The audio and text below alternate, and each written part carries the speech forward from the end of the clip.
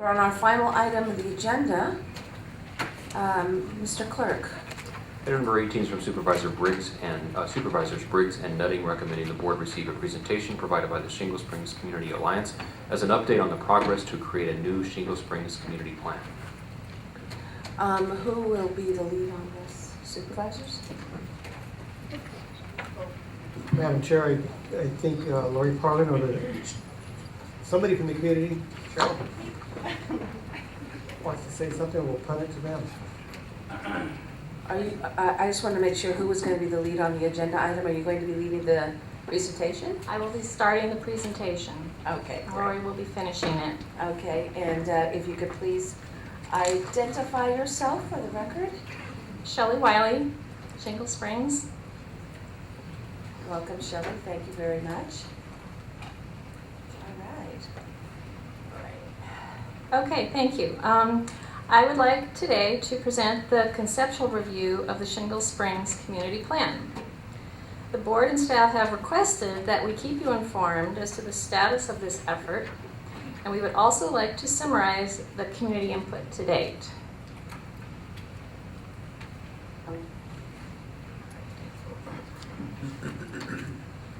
This is a video, which I'll play, and it was created by Kathleen Newell. It shows the vision that Shingle Springs has for itself.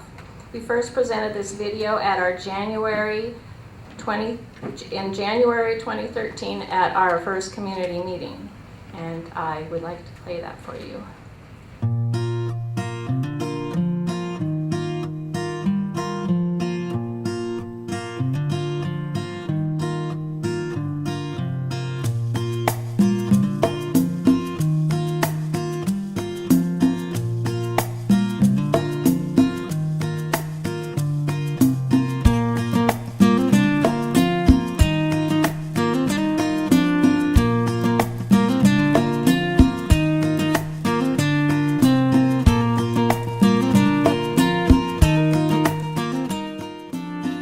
The foothill community of Shingle Springs is rich with gold rush history and rural character. Once a large California railroad and mining town, it still harbors pockets of the past throughout the area. Motherlode Drive, the main road through town, is the former historic Lincoln Highway. The El Dorado Western Railroad provides residents and visitors a unique experience on the rails, and past lives who settled the land are respected and remembered. Adding to its charm are historic homes and rustic outbuildings that still stand along scenic country roads. Newer homes on acreage and ranch lands dot the hills and valleys and provide ample space for wildlife and residents to coexist. Multifamily homes are also available, and the commercial and industrial districts provide meaningful commerce. Want something good to eat or drink? Then visit one of our family-owned restaurants, or wineries, or farmers market. Buckeye Elementary School has been around since the 1800s. Ponderosa High opened in the 1960s. Both schools are honored with being California Distinguished Schools. Winding through the landscape and connecting us to other El Dorado County communities is the El Dorado Trail, a multi-use path for hiking, biking, and horseback riding. This rail line and trail will continue to provide connection to our past and future as an alternative transportation corridor for the county. Tucked away alongside South Shingle Road is the Shingle Springs Community Center. Its down-to-earth country setting is a popular gathering place for locals. County-operated Bradford Park is a favorite spot for neighbors and families to hang out. Whether you live, work, or play in Shingle Springs, this country town has something for everyone. Our vision is simple: to preserve the rural essence of our community for future generations.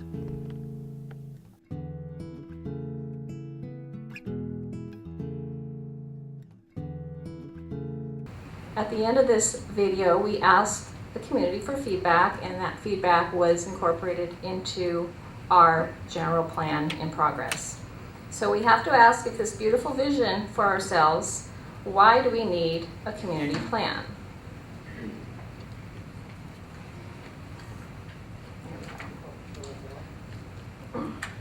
We need a community plan because we have learned that we need more protection from projects that are inappropriate for a rural area such as ours.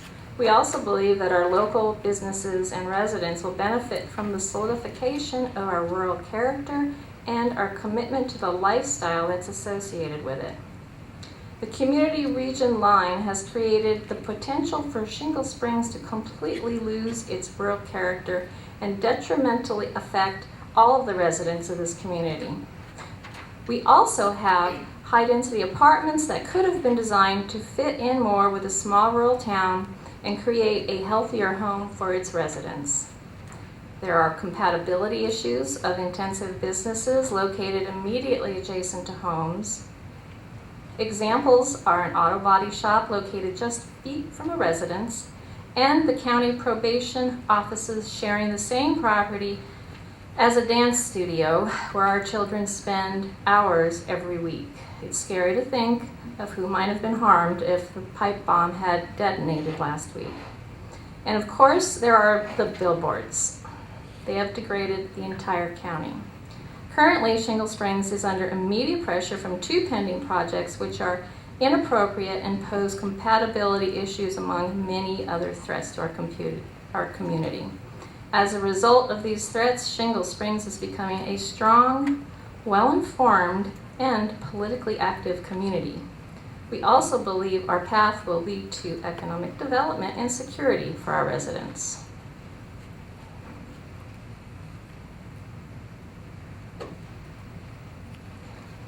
At our first community meeting in January of 2013, we started our outreach to the community. With over 200 people attending, we collected signatures on a petition to keep Shingle Springs rural and remove the community region line and support a community plan.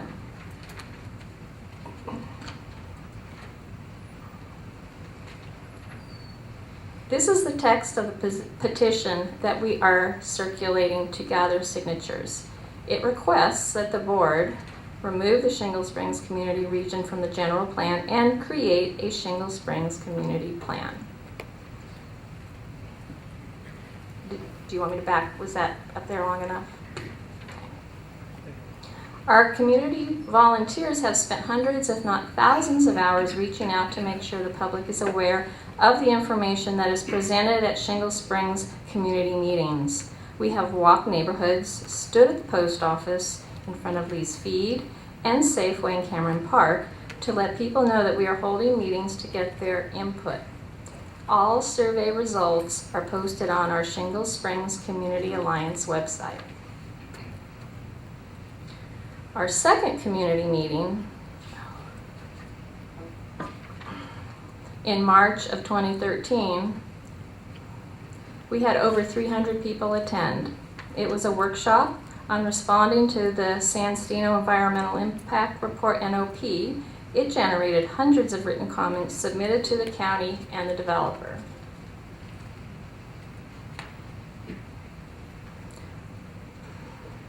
On June 5th, we hosted our third community meeting at Discovery Hills Church, and it's a very short video I will play.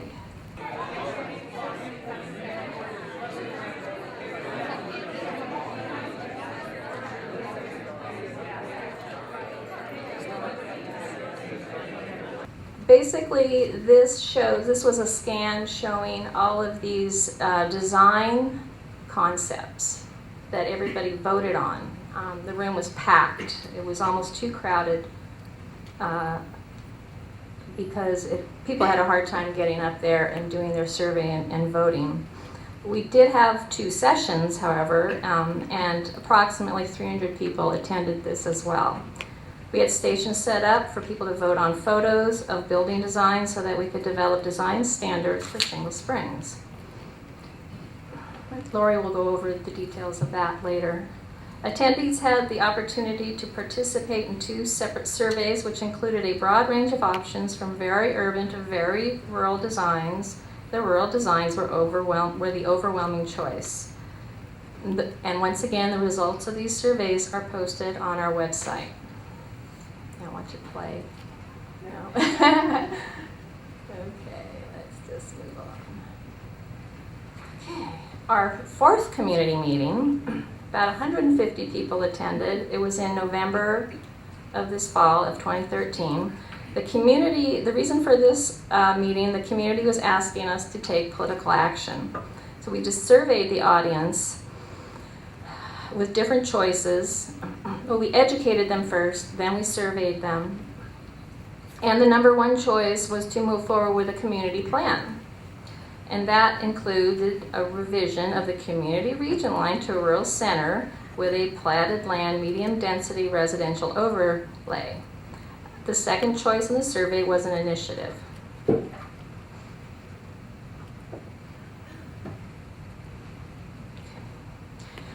In addition to the community meetings, our outreach has engaged the Shingle Springs Chamber of Commerce, as well as Marlin Guinea, a major landowner in our town core. Okay. Our continued progress will include creating a first draft of the community plan to be released for review, continued community outreach to include interest groups and all other stakeholders. We have made it very easy for everyone to be informed on every step of this process. There are several websites that contain a complete history of this past year, and our email list is updated regularly. And that's my portion of this presentation, and Lori Parlin will present the rest. Thanks. Thank you very much. Thank you, Shelley.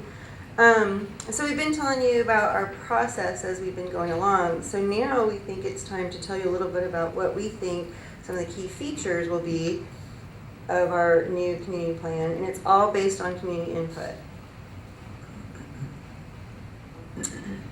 We've been advised by Shauna Purvines in Long Range Planning that the old Shingle Springs 1977 area plan was a good place for us to start for creating a new community plan. The old 77 plan clearly showed that the residents then, at that time, valued and wanted to preserve their rural residential quality of life. Since most of the current residents in Shingle Springs still want to preserve that quality of life, the 1977 area plan has been a good place for us to start. At one of our meetings, we asked the community, where is Shingle Springs? And the reason we had to do that is because there are zip codes, there are community region lines, there are census designated places, and if you go on Google, there's a weird blobby map for Shingle Springs, but we needed to know which residents within that 95682 zip code say, hey, we're from Shingle Springs. So this is just a little bit of an area map showing where people think they are that live in Shingle Springs, and this tentative, it's nothing, set in stone, but this is where we're going to be getting our input from our stakeholders into our community plan, or that's at least what we foresee. Here is our current general plan map of Shingle Springs. The red line is the community region line around Shingle Springs, which indicates where the county plans to put the highest intensity of self-sustaining, compact, urban-type development or suburban-type development within the county. This red line makes Shingle Springs a target for high-density development. The community has made it clear that we do not want to be a target for high-density development. So this is the general plan map that we are proposing for Shingle Springs. In the current general plan, all land must be in either a rural region, a rural center, or a community region. Shingle Springs does not want to be in a community region line that makes us a target for high density development. So we had proposed to remove the community region line and then replace it with a rural center, which is the blue dotted line there in the middle of the map, and that surrounds our downtown core of Shingle Springs. Surrounding that blue line, our rural center, is a platted lands overlay of medium density residential, which is the red line on this map. It is called a platted lands overlay because, according to the general plan, we cannot leave medium density land out in the rural region with low density land. And this proposed map can be considered compliant with the current general plan according to the white paper on community region lines by Roger Trout, Director of Development Services at the county. We understand that this proposed map requires a general plan amendment. There are two ways to amend the general plan. The board can adopt it, or the voters can approve it through initiative. We are prepared to move forward either way. Here's another key feature for downtown Shingle Springs in our community plan. Marlon Guinea, who we told you earlier was a huge landowner in downtown Shingle Springs, has requested our support for moving the overhead utility lines underground, which would enhance the public safety and aesthetics of downtown Shingle Springs. This photo really shows it. Marlon and I met with DOT about the option of expanding an existing utility district to get those lines buried. I don't know why I say buried. More key features. We showed you that one meeting where people were looking at photos and marking down their favorites. Well, those are going to be what we're proposing as our design standards, and this one here was the #1 choice. If you don't recognize it, it's the Eldorado Savings Building off of Highway 50 at Eldorado Road. It just has a nice historical feeling, and people really like this one. And this, of course, is our well-loved, family-friendly Bradford Park. It was our #2 choice in our survey, and it's a great example of what our community finds desirable in outside spaces, which could be part of our community plan. This is what was the #3 choice, and it is a building near the post office in Diamond Springs. It's not a boxy building, it has interesting design, and it was the #3 choice and very well liked. And I'm only showing the top 4 choices because we don't want to go through the whole thing, but this was the #4 choice. It's a photo of downtown Winters, and it demonstrates the type of streetscapes that people voted for downtown Shingle Springs.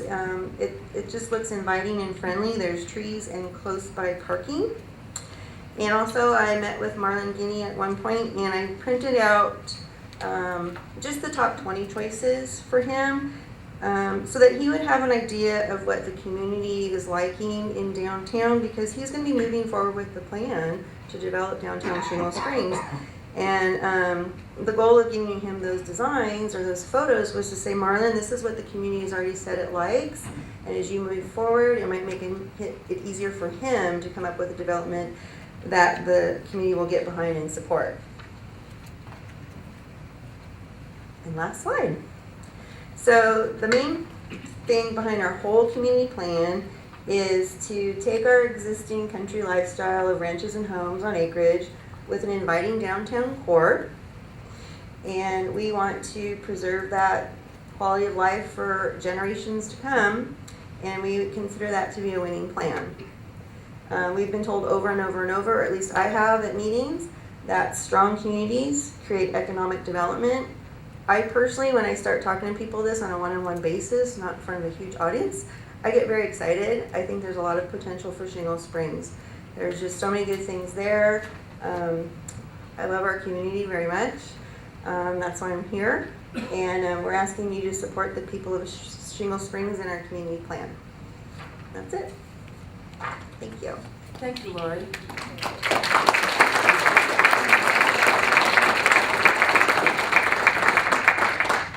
Okay, we'll open up board questions. Supervisor Nutting? Lori, if you'd come back up and go to slide number 16, please. We have to go. Thanks, Jim. Have it scroll. Almost there.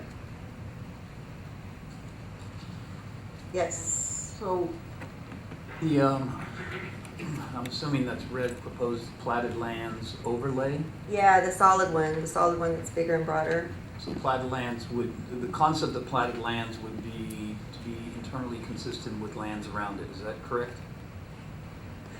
Platted lands means that you're saying that this type of land use shouldn't be out there where it is, but it already exists that way, and then it's already kind of developed that way, and we're going to leave it that way, and it's truly non-conforming, but we're putting the platted lands overlay to say it's okay.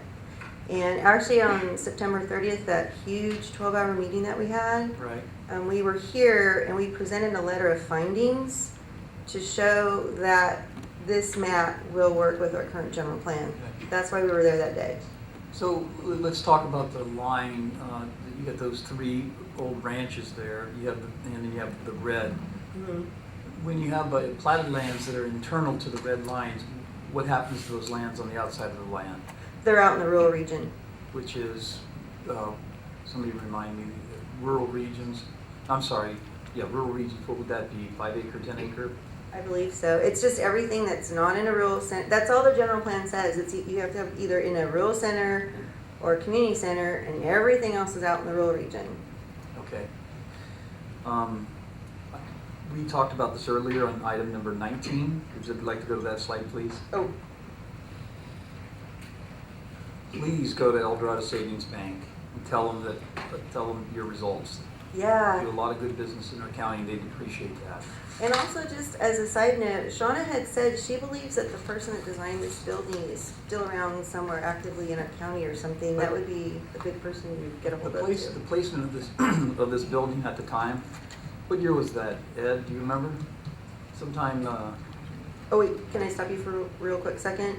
We're not talking about the location, just the building design. No, right? I understand. But I just want to let you know, though, that I don't want to get into that because I think that may have been an argument back building then. of that was controversial with some folks. Right. You know what I mean? But I have to take my hat off to you with all of your community meetings and your organization to try to resolve these issues. I think that you're doing it the right way. You're accessing your government, you're organizing people, you're actually sitting down working with the developer to some level. But you're working through the issues, and I have a huge appreciation for that. Supervisor Briggs. So you guys are doing a good job. Thank you. Actually, thank you guys, seriously.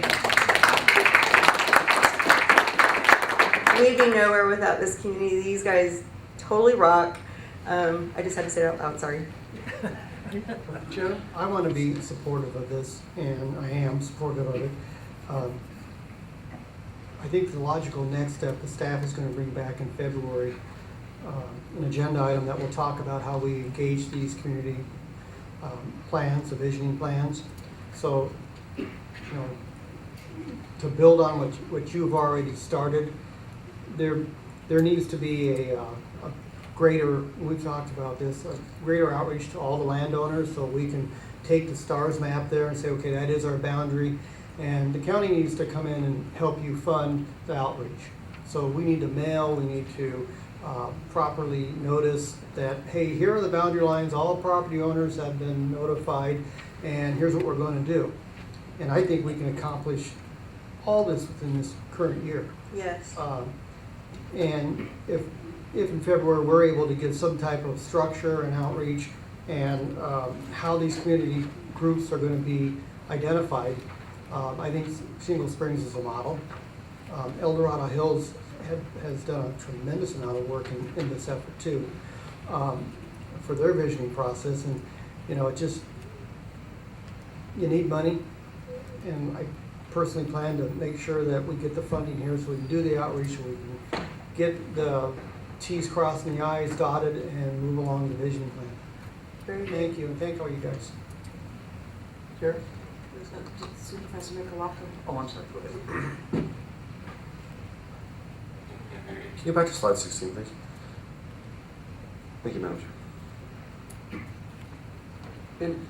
And I want everyone here to understand this map and its importance. And I have the 2004 general plan right here.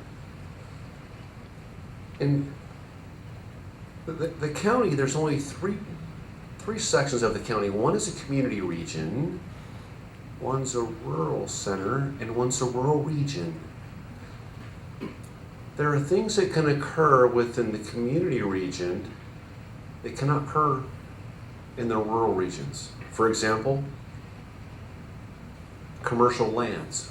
You can only have commercial land or commercial property in a community region or a rural center. So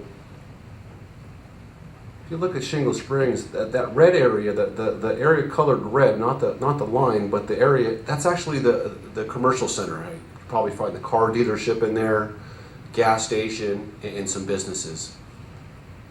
If you were to remove the community region completely, and by removing it completely, it would become a rural region, it would be inconsistent with the general plan because you can only, according to the general plan, have commercial property within either a rural center or a community region. And that's just one example. And that's why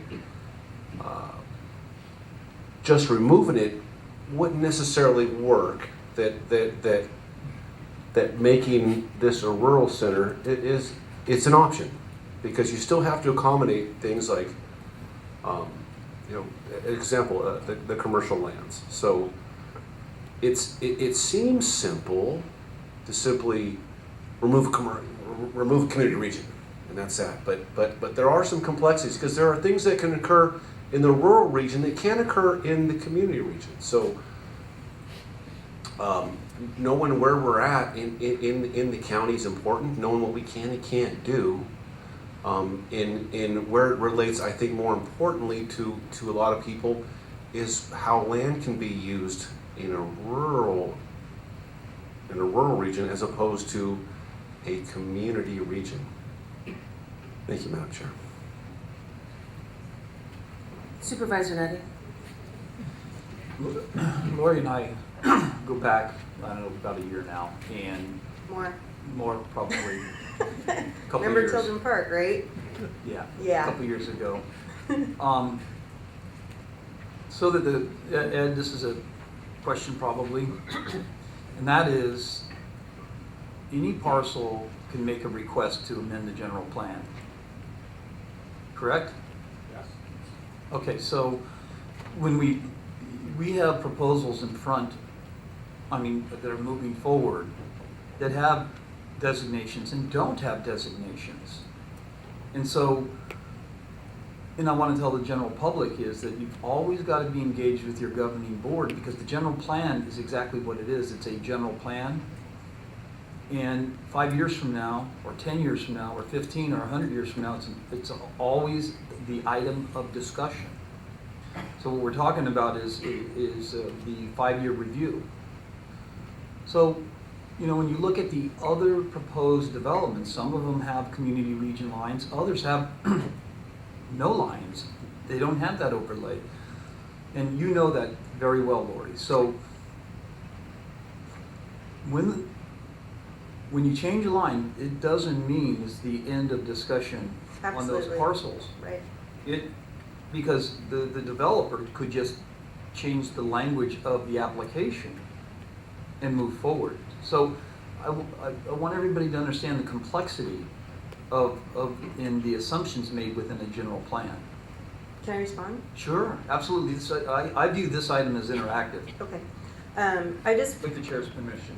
That's fine. I just need to make it clear though, when you have a developer that has been quoted at several meetings saying, responding to a community, when a community says, why are you doing this on low density residential? And the developer responds, because you're within a CRL, community region line, and the general plan says it suggested I do it there, that is the reason we want the red line removed off of our community. I mean, that is exactly why. When you have developers using that red line in the way that it's being used, we want it gone. And then, yes, you're right, we will never be able to let down our guard, but our community plan is going to help us, and we must always be aware. Absolutely. So I think you get it, and it's good. So I have a question, Lori, if I may. So first of all, congratulations. A great start. I know that you've done a lot of work here, and I'm sure you can imagine the work that's ahead of you as Yes. well. But this is a really great start. I just have some questions. I was intrigued by a picture. Yes. Where do you want to go? Picture number 8 on slide 8, your third community meeting. What was it? Over there to the side, it says Shingle Springs Town Site Core Area. Yes. Okay, so is that the same as the dotted blue that we're looking on page 16? You know what, I think I actually think it actually is, because it's basically, the old area plan calls it the old town site core or something. The new general plan, you take your commercial, multifamily, and what's the other one, industrial or something, and create a rural center. So yeah, they're pretty much the same thing, pretty much, yeah. In Tahoe, we call it the town center, Okay, like you were calling it the downtown. yeah, So I was curious, in your discussion of, I'm gonna call it town center, because Okay. I'm kind of used to that that term. works. In your discussions about your town center, have you considered what is it that you want that town center to look like? What the focus is in terms of commercial? I mean, is that where you plan on seeing most of the commercial development? Right, yeah. My understanding, just in conversation, obviously we have the train station downtown. And Marlin, I've only been talking to Marlin more recently as this is going on. So I haven't had a chance to say, hey Marlin, are you ready to show your conceptual drawings to the community yet? Not quite there yet. But it's not a secret, and it was in the old 77 area plan that we perceive a rail theme, historic looking downtown. And the train's down there, it's just kind of a no-brainer, I'd say, that somehow it's going to be train theme. We want it to be inviting, fun things down there to do. The trails connect right there too. I mean, when you stop and look at Shingle Springs, it could be a really fun hub of things to do. However, at the same time, we don't want to be urbanized, to have a fun, cutesy, visitor-friendly downtown. So we have to find the balance of having that economic development while maintaining our residential identity. And that's personally, to me, why this community plan is so important. So no, we haven't had anything yet to actually come up with, showing Marlin's plans. He has the lease on that land, and he has plans and drawings. And I've been trying to build a relationship with him based on the community's, wants and needs too, to merge it all together. It's a slow trust building process, I'd say, and that trust is really what it's all about. And I'm trying to do it in the best way possible for the most people. So let me ask you, what do, there's two questions. Yeah. What do you see as the community's next steps with the community plan? The second part of the question is, what role would you like to see the Board of Supervisors, El Dorado County play in furthering your community plan? Right. Well, we had the steps up here. Is it next, Shelley? Coming up? This is just our rough idea, and this seems logical, and I have a feeling when you guys next month come up with this framework, it's going to be very similar. We're going to have a draft of the community plan, and we're going to have to get it out there, right, for everybody to take a look at. And at the same time, we'll keep reaching out to the community. Luckily, like this morning, I was on the phone with Ponderosa High School. I already gave them a heads up. I said, hey, I got to get in touch with you about this community plan. So constantly working on outreach. It's a constant thing. And then based on the input that we get back, we'll revise the draft, have to put it out there again. And at some point, we're going to have a final draft, I hope, to bring back here for you guys to adopt. And then I put the one last item kind of separate to see it, because we were told at these last meetings in the fall, we need to keep in checking with you, constantly baby steps, so there's no big surprises. It seems logical. I just didn't know where to put that when to check in. So maybe after each step is a good place with a quick check-in. I don't know what's the best strategy for that, but definitely constant, so that if you guys see anything where we're totally going astray, of course we want to know. And then there was two things you asked. Well, in terms of the additional role that you want, what we can do to help advance, your community plan. Oh, okay. That's a tougher question. I know that we set up a completely separate, the Shingle Springs Community Plan.org website, completely separate from all our political stuff, so that we can use county funds and county services. So the big map that showed our boundary of stakeholders, I'm anticipating that we're going to need a mailer, a postcard, something going to every single business residents in that line to say, look, Shingle Springs is even though that we feel we've done such a great job with our signs and our walk in our neighborhoods, there's always more. Can't get everybody, I've learned either. But if we have the mailer that documents that we've done our best effort, it would be great. I think that's a no-brainer also that the county could do that, the mailer with us. I don't really know if we need you guys to facilitate our meetings, I'm gonna be honest. I feel that the community has stepped up, it's pretty engaged. I keep telling people, bring your neighbor, bring your friend. I don't know if we need you guys to facilitate a meeting. I don't think we need you, you don't need us to help I know. facilitate the meeting, you've got that pretty well But you are always wired. welcome to come, and I try to send, I think I forget once in a while, but I try to send you guys emails saying, come and see what we're doing. I told Dave DeFonte and Shauna, you're welcome to come and see what we're doing, that kind of thing.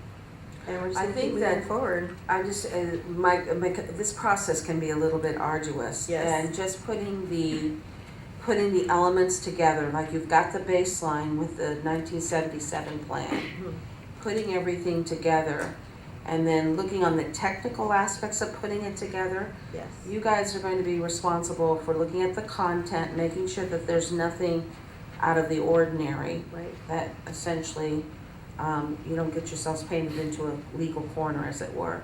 The other thing too is at one point it's going to be, have to be evaluated in terms of whether or not an environmental analysis is going to be needed. Correct. So I see, and I'm probably answering my own question, but offering to you as you go through this process, and of course we need to work with you we need to work with all the communities in terms of establishing the framework for any community that's interested in doing a community plan, but to be there as a technical support for the vision that you're trying to create, so that we make sure that there is alignment with what's in the general plan and identifying those things that perhaps need to be amended in the general plan so that there can be further discussion on those issues. Right. So that's the only advice I would offer to you. Yeah. I appreciate the effort and to have everybody come out and talk about it and to look at your plan and its particular elements, and then being able to then get into the discussion of what does it look like, this is what we want, and then getting the technical assistance from the county. Okay, good. I appreciate that. Okay?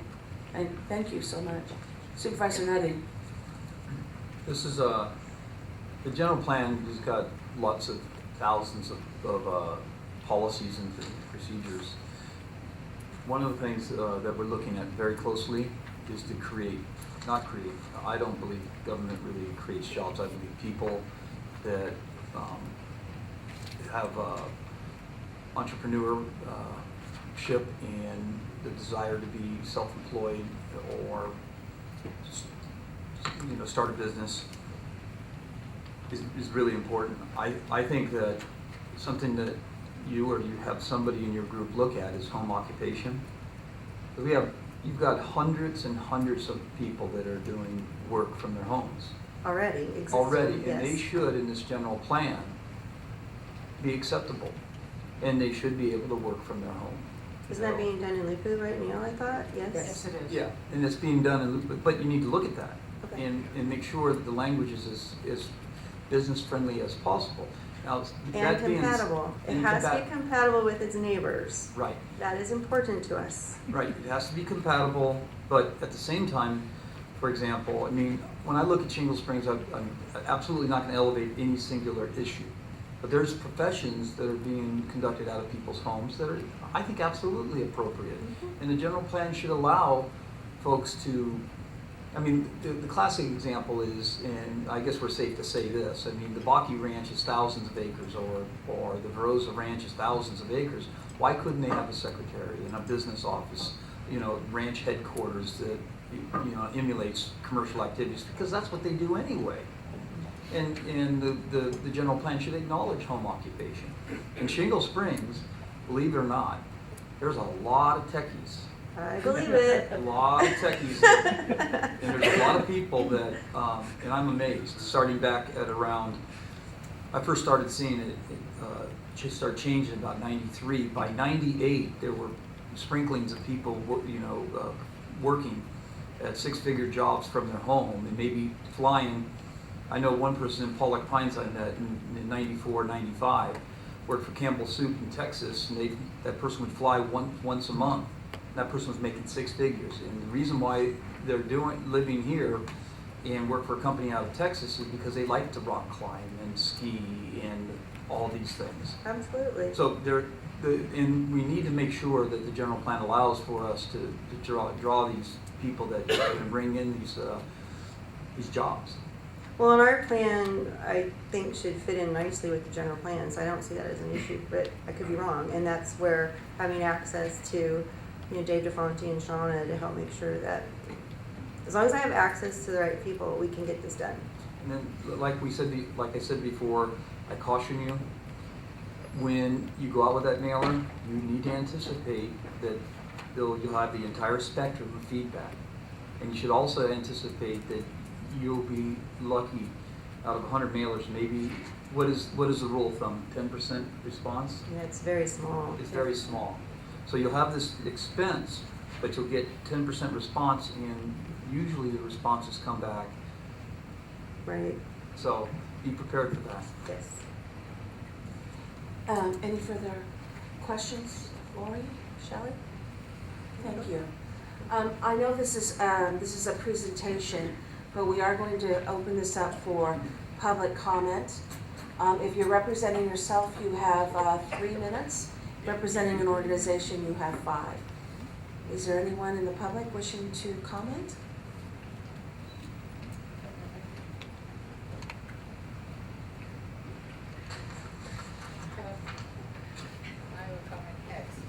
Sure. Art Marinaccio, Shingle Springs, been involved in land use discussions now for more than 35 years in this county. And in fact, I was chairman of the Citizens Advisory Group for Shingle Springs 10 years ago, whenever it was. And one of the real frustrations at that time was the fact that planning was structured essentially to review projects that were proposed rather than doing any forward-looking planning. And essentially, planning really wasn't that interested in what vision the community had for the future. And that was one of the things that kind of spurred me with the reg reform to start looking at proposing some changes to the processes of the general plan to allow community input. One thing on a technical issue, when you look at the 77 general plan that was adopted, it required in 1977 there to be an historic district created with design criteria so that projects could meet that design. And here we are 37 years later and still talking about doing that. There is a map in the 77 general plan that shows the historic district, and it was the town site. The town site is a legal thing. Those lands that were patented under the Town Site Act of 1872. And that's probably, at least from the standpoint of a design, those are probably the lands that should have a consistent design, and maybe something less formal outside of that. But I would really look towards that specific map as what you need to concentrate on. A couple of real problems with this event and this process. Number one, kind of interesting discussion, but at what point does the Brown Act become relevant to this process? We're having this discussion this morning. A committee that is just making suggestions to advisory to another committee is one thing. Now you're talking about a committee that you're now accepting to come forward with you as something for your adoption. That just doesn't quite make the grade, I'm sorry. This committee, I remind you that this group came to the board with a piece of paper that said this is what we want you, this is the changes we want to the general plan, before they had their first community outreach. And there hasn't been a change yet made to that list of demands.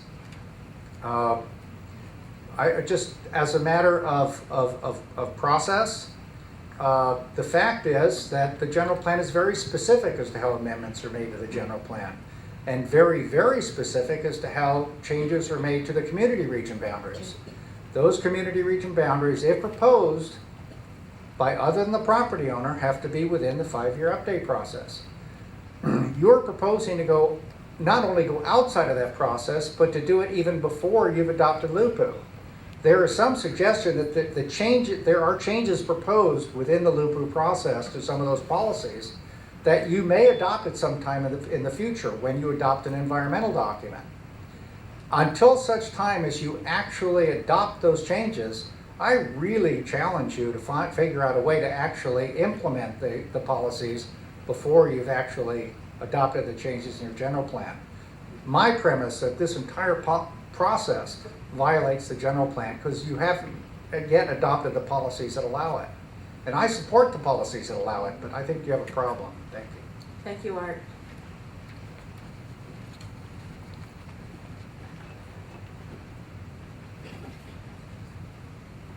Brad Duchamp. Do you know he gave me a gift, and I'm going to be well behaved. He opened up a subject that I got cut off on, and the second thing, but I'm moving on. The brown app thing, that was great, but I'm going to be well behaved. In our community, and I really believe with all my heart, talking to you and stuff, information was presented wrong to begin with, so we got off on a bad footing. We didn't really get to do all of these things. As somebody that's kind of aggressive and stuff, and I know these people, and I've seen what they've gone through, I would support this as a model. I would support some of the buildings. When I went to the design committee and saw the Family Dollar store coming in, and I came and I told you guys, I asked everybody what their design things. They're looking out of this book that's poorly designed, and so they got what they talked about, and it's not that they're bad or good, but they're going to get what they asked for, and it looks like those flower things that we all hope fall down someday. But, and again, when you see these pictures, this is community, and it's not everybody's gonna, we're in community meetings now, town meetings, and, we don't agree. I believe, again, that this is a really good model, the working, with Sue and with Lori and listening to these maps and things. I'm not for no growth. Some of our best buildings in Pollock are our bars, Pine Lodge, Rusty Nail. That's what our community is, except for the really wealthy had 2-story houses. I don't care about that, that's great. It's when they were talking about other things like wooden sidewalks. I have to use crutches once in a while and on ice. That's how I fell to begin with. You can't have wooden sidewalks up there.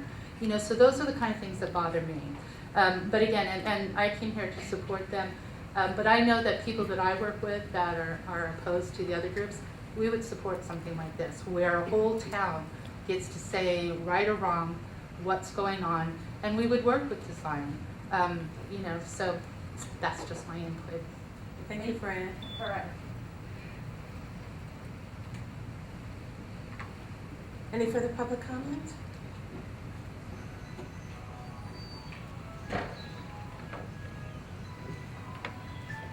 Hi, I'm Eve Lowry. I'm a 50-year resident of Shingle Springs.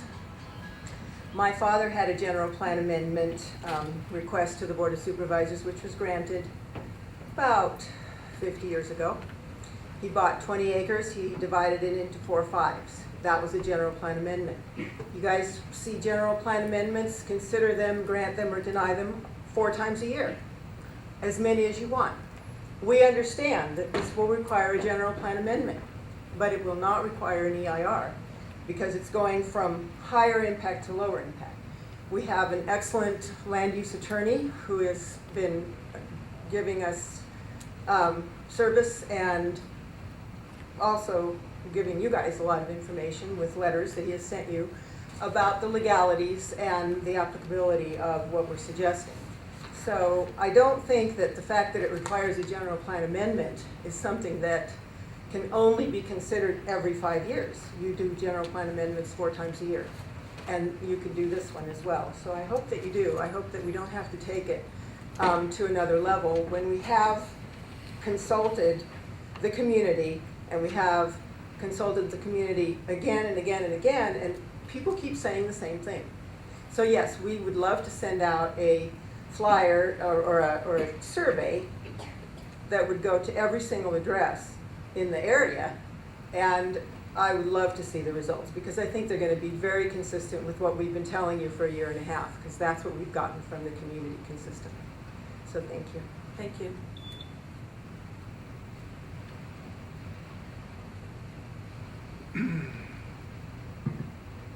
Mark Eslinga from Shingle Springs, and I'm one of the techies, I guess, that moved into the area that Ray Nutting had mentioned 5 years ago. And I have 5 children, and part of the reason we moved here is because of the rural nature and character of this area. I grew up, in Northern California, and wide open spaces, similar area, and I, that's my personal background, but I think just a couple things I wanted to mention is that I see opportunity here with this plan to capture really the vision, and I think that the gist of what has been presented here really captured what I personally believe is a very good vision for this community, and I would like to see some creativity put into that. Some the Board of Supervisors, Norma had mentioned that the question about what can we do as a board. I think that dialogue should continue, obviously, but I think that definitely there is opportunity for us to, as a community, come together and get some agreement on this vision and this plan. So I hope that there are definitely, I see the legalities and the intricacies of the law here, but we need to keep in mind that the government, the Board of Supervisors, is here to serve the community. Community does have, I think, a rural character, and there are many things that we can agree on in general, just as a general vision. So that's what I would like to support. So. Thank you, Mark.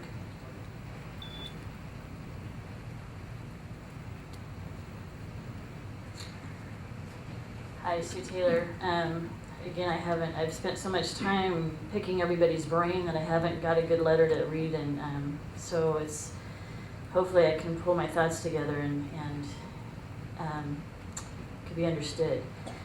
I'm Sue Taylor from Sabar County, so I'd like 5 minutes, and I started on this journey a long time ago to realizing what red boundary lines meant was a bullseye for high density development. It comes from a smart growth concept, and how can you challenge something called smart growth? How can you say, oh yeah, I want dumb growth? Someone was very clever when they came up with that term, and what it really means is a land use and transportation planning concept that calls for higher density, compact urban areas, mixing commercial with residential uses, and emphasizing pedestrian-friendly design and transit-oriented development over automobile-oriented development, all aimed at reducing the amount of driving people need to do. So that is the definition of smart growth. We have, in our general plan, historically, this county has protected its rural resources. And when we had area plans and different things, it's kind of a mixed bag. Some areas protected their rural resources and some were developed by realtors that wanted more density. But there was, in some communities like Camino, they developed policies that would protect Camino and Apple Hill from things that were impacting that would devastate those communities. And they've done a great job as an agricultural community to have come together through policies that have remained to this day since the 60s that has made that community flourish in economic benefit for agriculture. That was created naturally with the community that was there. When I saw these bullseyes, and one of them circling Camino that encompassed all the way to Pollock Pines and down to Sly Park and Hall's Market, or Holiday, that was a huge, massive land designated for high-density urban development. And I started working with the board, and they immediately recognized that that was not a good plan. Ray Netting and Jack Sweeney formulated a resolution in 2009 to have that removed. this is a journey I've been on for 5 years. I got two of you. We got it. It was kind of thrown in the black hole after we went here to planning and back here. And since then, we seem to hire many planners and facilitators and hire consultants that put us back into that smart growth concept of high density dwelling within these urban boundary lines. I just participated in over a year long facilitation exercise done by AIM Consulting for the multimodal transportation corridor through the Missouri Flat area. We started out, they wanted to show us their vision for us. When they did that, we pushed back and said, first bring these 6 items of issue to the table and let's discuss them. So they started another meeting and we had transportation, planning, everybody brought all the issues that we have in that area.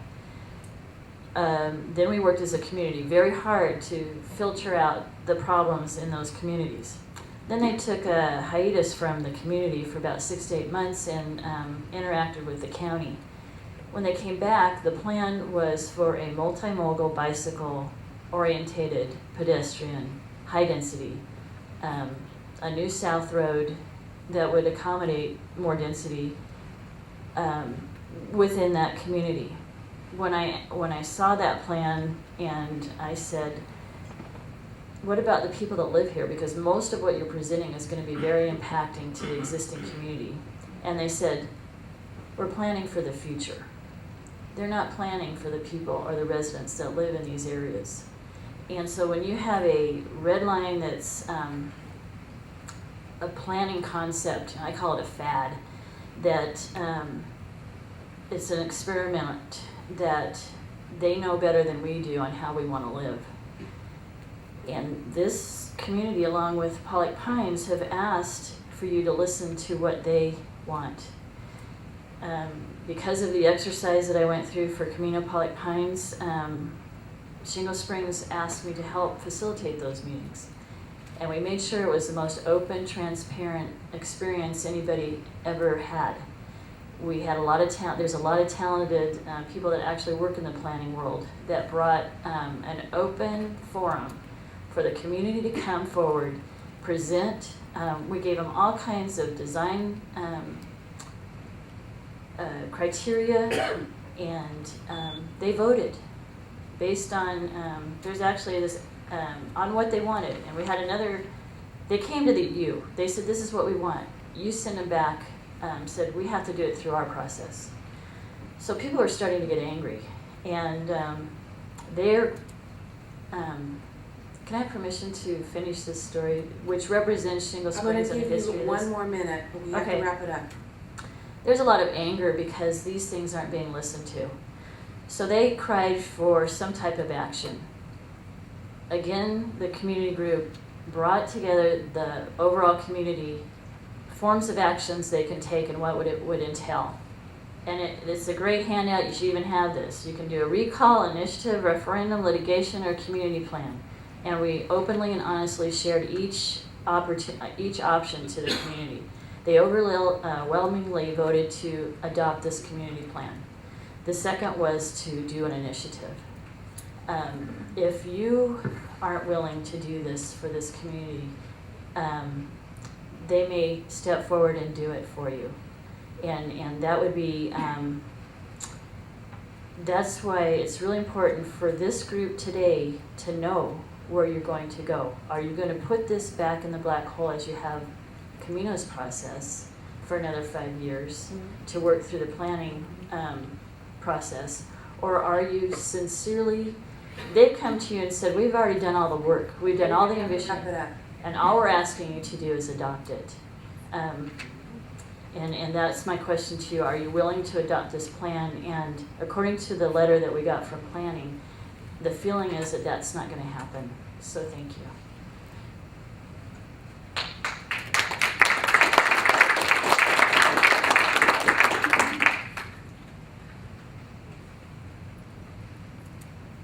Hi, good day. My name is Sue Goodrich, and I live in Shingle Springs. I'm also a realtor, and I want to throw in the hat an idea on that.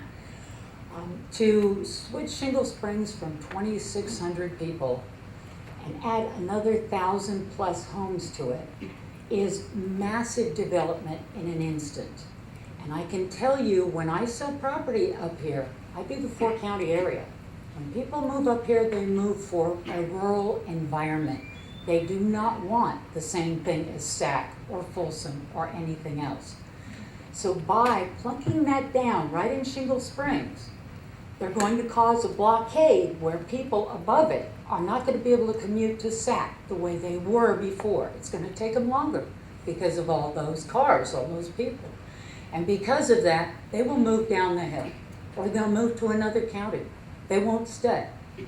So by taking and putting in that 1,000 homes, you're basically killing the area, and you're going to be affecting the home values up here. They will drop. I can virtually guarantee that by having that there. So please just consider that. And Sue is right. We care about our community, and this is not why we're here.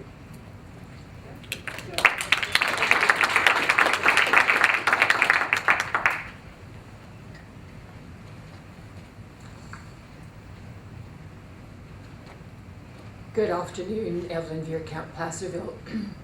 With some regularity, including this morning, we hear that if you're not at the table, you will be part of the meal. And I think that the request from the Shingle Springs residents is actually quite simple. And if you don't listen to them, I think you should abandon that slogan, because they are simply asking to be at the table. They want to know what kind of a meal is going to be made of them, or what kind of meal they will be able to participate in. Will they be left to pick up crumbs from the floor, or will they be able to participate in the formulation of their future? And I believe what they want is an extension of what they already have. And it's just unfortunate that they have to beg to be able to be what they are. Thank you.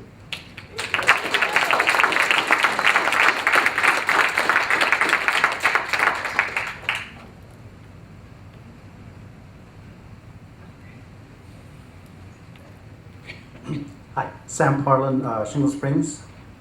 I wanted to reiterate what Sue said, basically about the Camino. We don't want to, we saw the results of the Camino Pollock Pines plan, and we really would like our plan to work.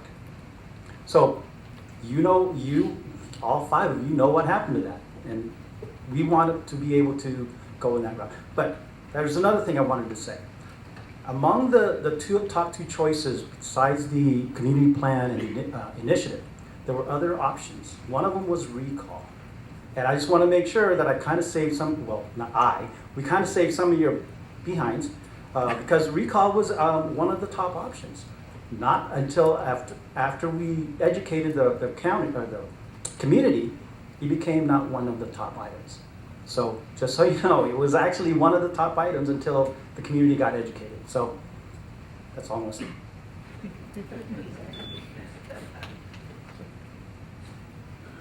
Any further public comment?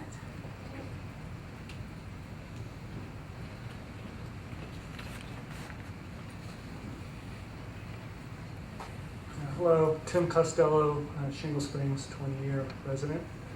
First of all, thank you for the opportunity to listen to our plan. Appreciate that. I took the afternoon off work so I could attend and urge you to approve the plan.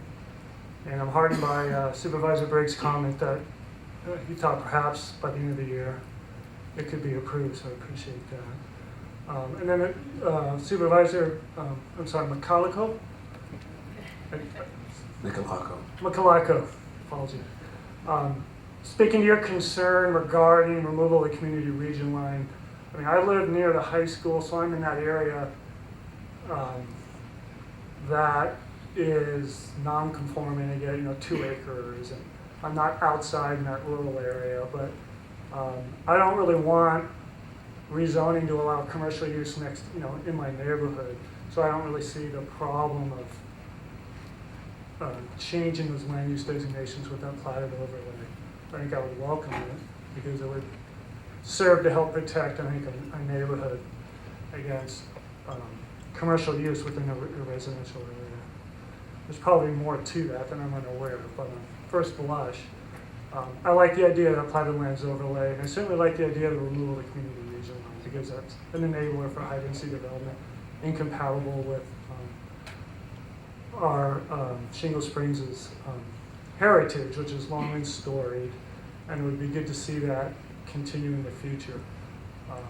A rural area, homes on acreage, and a vibrant downtown commercial area with a rural theme or whatever the community wants. I'm all for that. So again, I appreciate the opportunity to have the plan presented, and I certainly appreciate at least the initial support of it, and we really look forward to getting this thing approved by the end of the year. Thank you. Thank you, and we look forward to being part of the process.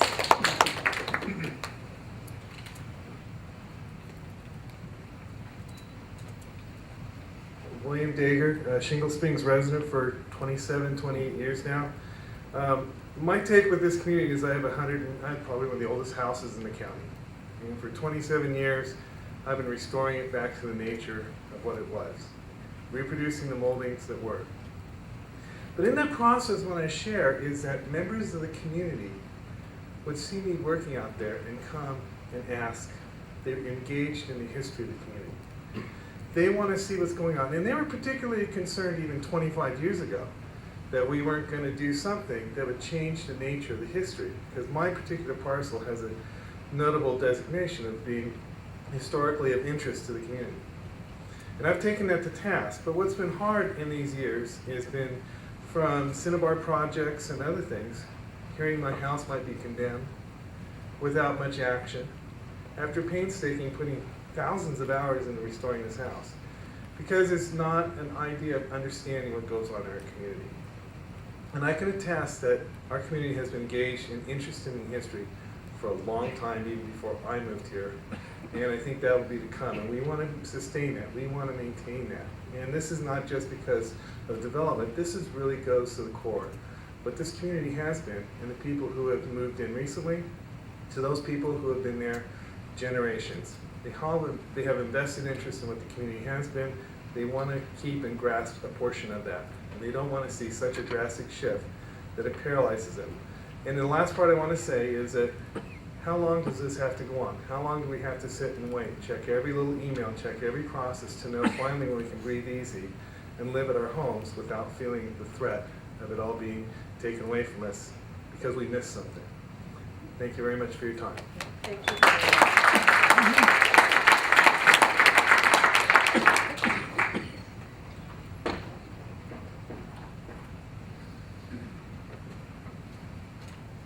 I'm Dan McPherson. I'm currently the president of the Shingle Springs Community Center.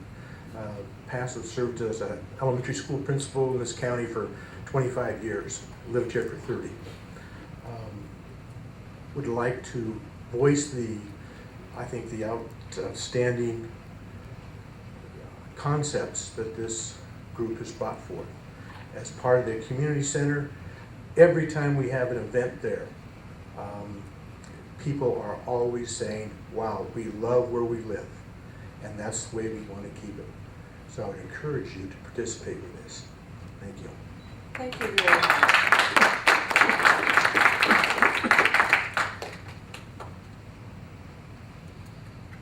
No further public comment. I will close public comment. This is just a presentation. There is no board action at this time. I really, again, want to thank you for all being here and for presenting this and showing the great work. And without getting too much on a high horse or anything like that, I think it is important that you know, and you've heard it from members of this board, that we are your partner, not your enemy. And yes, there's things that we want to know, and it's important that we hear from you. That's why this process is important to us. And we appreciate the fact that Lori and members of this community have come up and let us know and know what you're wanting and what your vision is.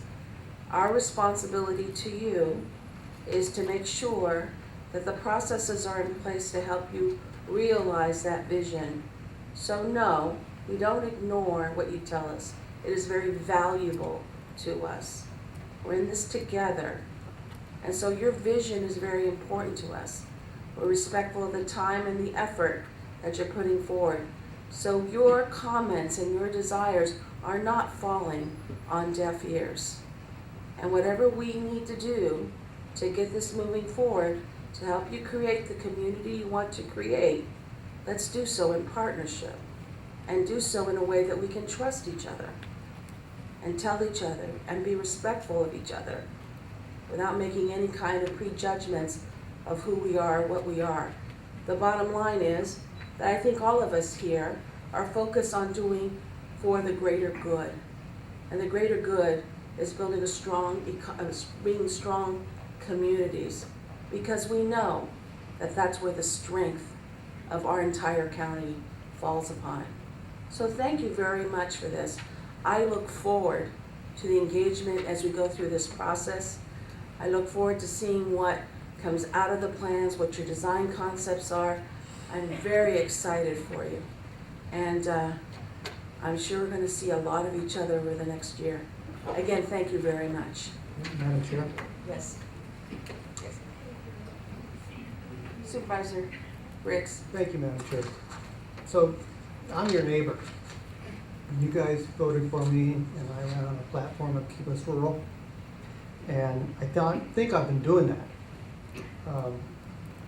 You know, you ask when this will stop and when the threat will end. Never. And we're a private property, free market economy, and so the only thing that we have is local government to elect people like myself and or somebody who may represent you better, and for us to hold the line here. Part of the problem has been Shingle Springs hasn't been organized. It truly hasn't. I mean, it's just like, I don't think Gold Hill, where I live, is organized. We all kind of live in a quiet slumber down there. And, the notification isn't in a place where, somebody tells me that they're going to build Sandstino, a mile and a half from me using my road, because I'm not within the notification realm, so I only get to see the actual building when it occurs and never get to be involved in the process. So I think what I've been trying to do as a board member is to broaden the process up, broaden the notification up. Developers, or even a guy or lady would like to build a granny flat. All we have are the rules that are in place by the general plan, and most of us don't think about a general plan. I never really thought about a general plan until I got here. I knew what it was, I understood it, I knew what my zoning is. So when these larger projects came in, they had representation of the locals, be it a really small representation, but they'd come in and say, gee, we've got local support from the residents. Like, okay. And so here, without you guys being organized, which you are, and the internet has changed, it's a game changer. I mean, it's just wonderful, Before it was faxes and telephones and dial rotaries, but without your participation, we go on to all kinds of sundry issues. And we sometimes don't go to the extra effort of saying, gee, community, what do you think about this proposed development? And so that, in the last 5 or 6 years, I think this board has gone a tremendous turnaround into outreach. The reason why Camino Pollock Pines is a little gummed up, because it was kind of the one that started us, and we started asking questions. So, Art mentioned the Brown Act, and he's right. We spent an hour or so talking about how a committee needs to have notice and to have minutes. Here we're talking about giving a group of people government money. That's what I'm talking about anyway. So we can actually do your plan that you want. It's not going to be my plan. It's not going to be this board's plan. It's going to be your plan. But everybody, including the private property owners and the developers, need to be part of the process. That way, when we come down to an adoption, we look at it and we can say, gee, as your governing board, as your elected officials, we've done all our homework. And I don't think you'd want me to come up here without having and making a vote on something of substance without really having the rules followed. I don't believe any of you want that.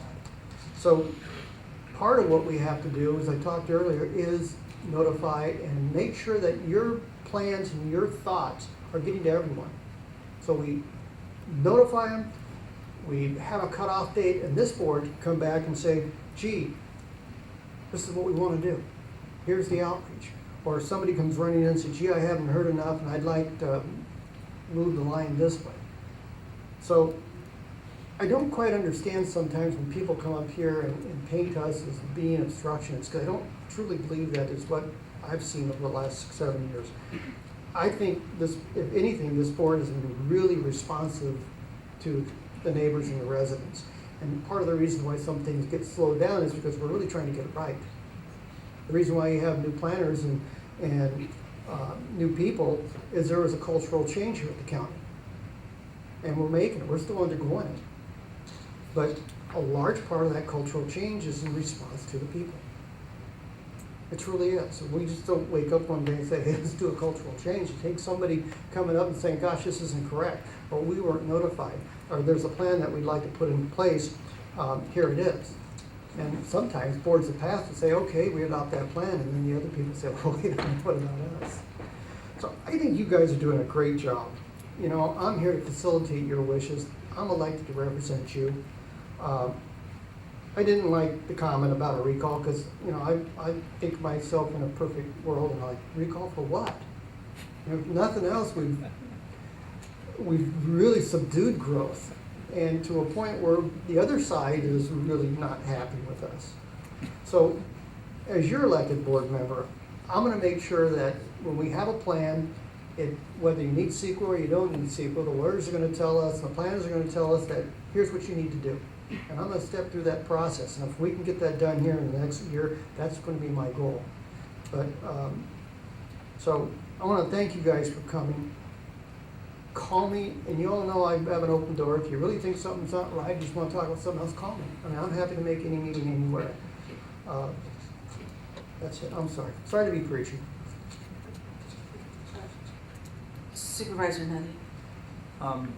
The last I think I've been to almost every one of your community meetings, and I will continue to do so. When a constituent calls, I respond. Supervisor Bierkamp helped me last Saturday. My son Chase, who's 10 years old, was at your last community meeting with me. So thank you, Supervisor Bierkamp, for coming to the mic that issue off of Crystal Boulevard. That was very contentious, and I think Ed Knapp, I was told, and the chief did a great job. But land use issues are the most difficult. But I want to leave the Shingle Springs and broader community with this, is that on that night I brought my 10-year-old boy with me, and he heard the discussion. And in the mind of my 10-year-old, he was trying to figure out what was going on, and we talked about that meeting all the way home. And Chase said, Dad, why did all those people meet, and what were they talking about? And I said, well, son, as populations grow and we need space for people, which has happened ever since 1620 to present, that land use has always been something that people really care about. And he said to me, because he was born and raised on the homestead that I'm on right now, and he doesn't really understand growth issues. And most people, by the way, don't, when it comes to zoning and subdivisions, etc. And on the way home, he was really thinking about, a field that turns into homes, if it's 5 acres, or apartment complexes, and at 10 years old, he started thinking about those things as a result of that meeting. And he said to me, Daddy, what are you going to do about the people's concern? I said, son, I'm going to listen a lot, but those lands belong to somebody that is a private property owner, and those landowners all need to work together to come to a community solution, and where everybody sits down and talks and listens. So that's a discussion after that last community meeting I had with a 10-year-old little boy. And it does come right down to just being able to talk and listen and understand each other and get to a place where we move forward. You know, and Shingle Springs has really said they want to keep it rural. And we've got to work with that. Supervisor Michalaco? Thank you, Madam Chair. And I had a bunch of points I was going to make, and they've pretty much been made by my colleagues. I'm going to go over them again. Supervisor Nunning's correct. We do listen. Read the emails. Just because you don't hear back from me, or I don't call you, especially if you don't live in my district, I may not call you without going before your district rep first. I do read your emails. And this board has listened. And we've considered a lot of the things that the community's brought forth. Again, I'm not going to reiterate a lot of all my points because for the most part they've all been made. But I will say it's good to see people show up. And long before I was a supervisor, I used to come to meetings, all kinds of meetings. CSD, fire board, school board meetings. Sometimes I was the only one there. More than once. And it's good to see participation. And it was always nice to know for me when I showed up in a meeting, and I sent emails in, and to get a response. And to know that I was being heard. Sometimes you want to be heard. Thank you, Madam Chair. All right, again, thank you so very much for coming and bringing forward your community plan. That concludes this agenda item, and the next item